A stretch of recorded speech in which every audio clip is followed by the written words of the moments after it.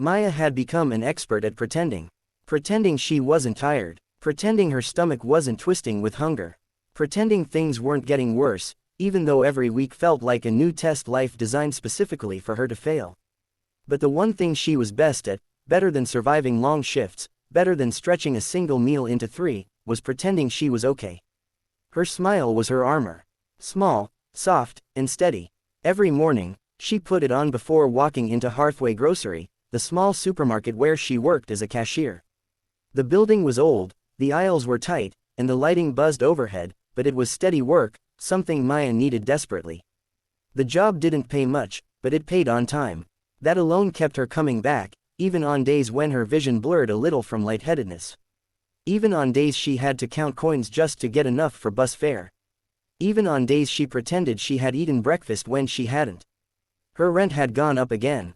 Food was now the negotiable part of her budget. She told herself this was temporary. Life always changed eventually, didn't it? At least that's what she whispered to herself when she skipped dinner again. She hadn't expected anyone at the store to notice. Why would they? She smiled. She joked. She worked harder than anyone else. She never complained. She hid everything. But that Tuesday morning, someone finally saw. The day started like any other. Maya walked briskly from the bus stop to the store, clutching her thin jacket tighter against the sharp wind. Winter was creeping into the city early this year, bringing short days and extra expenses she didn't have the money for. Her stomach ached, not from illness but emptiness. She had eaten the last banana in her apartment 2 nights ago. That morning she had sipped water and pretended the coldness sliding into her throat was enough. "Morning, Maya," called Clara, her coworker. "Morning," Maya replied cheerfully, her smile automatic. Clara didn't notice anything, and Maya was glad. Clara was kind, but kindness always meant questions. And questions could lead to truths Maya wasn't ready to admit out loud.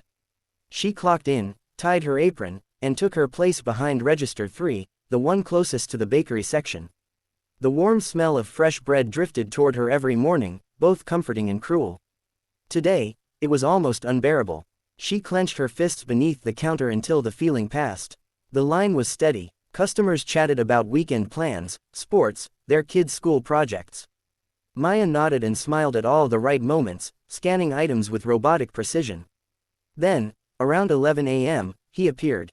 The man was tall, maybe mid-30s, wearing a navy coat and holding a small basket filled neatly, bread, pasta, canned soup, apples, and a bouquet of tiny yellow flowers that looked too hopeful for a cold Tuesday morning.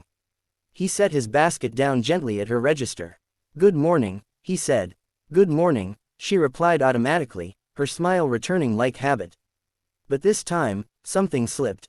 A cramp cut through her stomach so sharply she inhaled too quickly. The brief tremor crossed her face before she could stop it. Her hand wobbled slightly as she reached for the loaf of bread. Just half a second, just a tiny moment, but the man noticed. "You okay?" he asked softly. Her heart thudded. "Yes, just a little tired," she said quickly, pushing the smile back into place. "Long morning." He didn't look convinced, but he didn't push. Not yet. As she continued scanning, her knees felt weaker. The sweet smell of the bread seemed almost dizzying. She swallowed hard, trying to breathe through it. She only needed to make it to her 15-minute break. She could sit down. She could drink more water. She could. Her vision flickered. Just a second of gray. She steadied herself on the counter, hoping he hadn't seen. But he had. "Hey," he said quietly, leaning forward. "Do you need to sit?" "You look." "I'm fine," she interrupted quickly. "Just got up too early. Happens to me sometimes." It wasn't a lie. She did get up early. But she didn't tell him the real reason.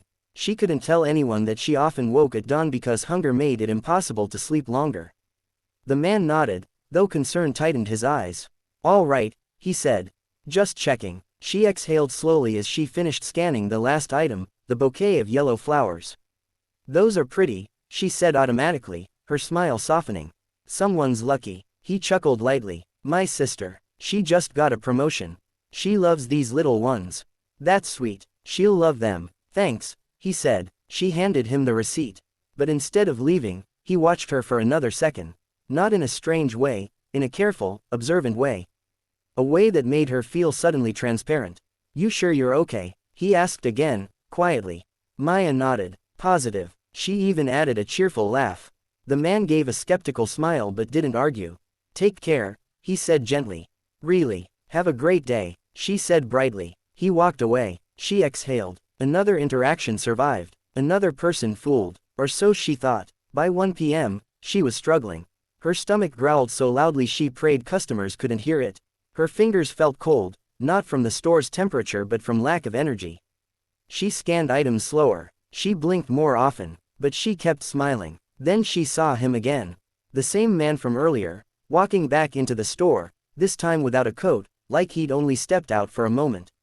He didn't carry anything. He wasn't shopping. He was looking for something. No, someone. Her. Her pulse skittered uncomfortably. Please don't come to my register, she thought. But he walked straight toward her. She forced the smile back into place. Forgot something, she said lightly. Yeah, he said softly. I think I did. She stiffened slightly. He stepped closer, lowering his voice so no one could hear. Look, I don't want to make you uncomfortable, he began. But I volunteer at a shelter on 8th Street. I've seen people push through things they shouldn't. And earlier you looked like you were about to pass out. Her breath caught. Please, she whispered. I'm fine. I'm not trying to pry, he said. But, have you eaten today? Her face burned. Her hands shook. No one had asked her that in months. Not sincerely, not gently. She looked away. You don't have to answer, he added quietly. It's just, sometimes people hide things well. Too well. Her throat tightened painfully. She didn't expect tears, but one pricked behind her eyes anyway. She blinked it away quickly, forcing herself to breathe. I'm fine, she repeated, but the words came out fragile. He stared at her for a long moment, then nodded to himself, as if coming to a decision. Wait here, he said. Please. Before she could argue, he disappeared again. Maya swallowed hard. Her heart raced. She felt exposed, like someone had pulled away the mask she'd spent months perfecting. Why did he care? He didn't even know her. She didn't want pity. She didn't want attention. She didn't want. He returned. But this time, he held a paper bag from the bakery section and a bottle of apple juice. He placed them on the counter beside her. Her breath hitched. You don't have to pretend with me, he said softly. Take your break early. I already told your manager I needed help carrying something heavy. Out to my car. She thinks you're helping me. Maya's eyes widened. You talked to her. She said you hadn't taken your morning break yet, he replied. So I figured, maybe you need it more than you're admitting. She stared at the bag. She didn't reach for it. She didn't trust herself to. I'm not, she began. You don't owe me anything, he said gently. It's just food. Just a small kindness. No strings. Her lips parted. Her throat felt tight again, like she was holding back an entire storm. She looked at the paper bag like it was forbidden. Something she shouldn't touch. Something she didn't deserve. It's too much, she whispered.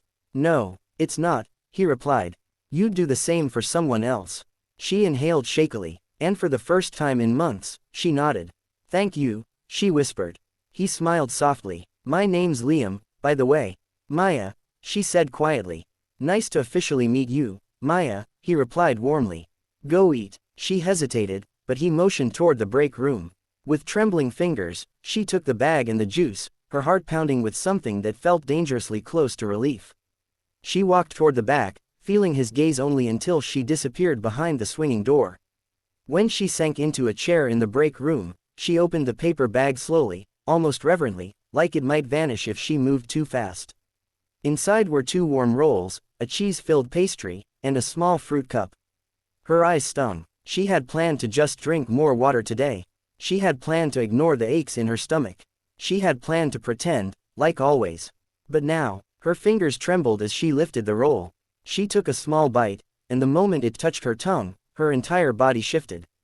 Warmth, relief, life. Her eyes filled again, but she blinked rapidly, refusing to cry.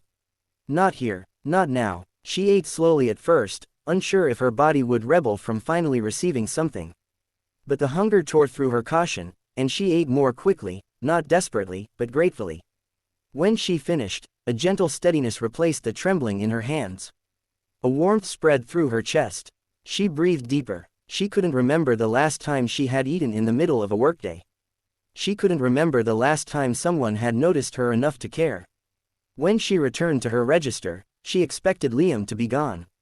But he wasn't. He stood nearby, pretending to browse a display of discounted tea boxes. But when he saw her, he brightened.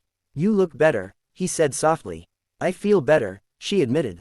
He nodded. "Good." For a moment, he looked like he wanted to say more, but he didn't push. "What about the heavy thing you needed help carrying?"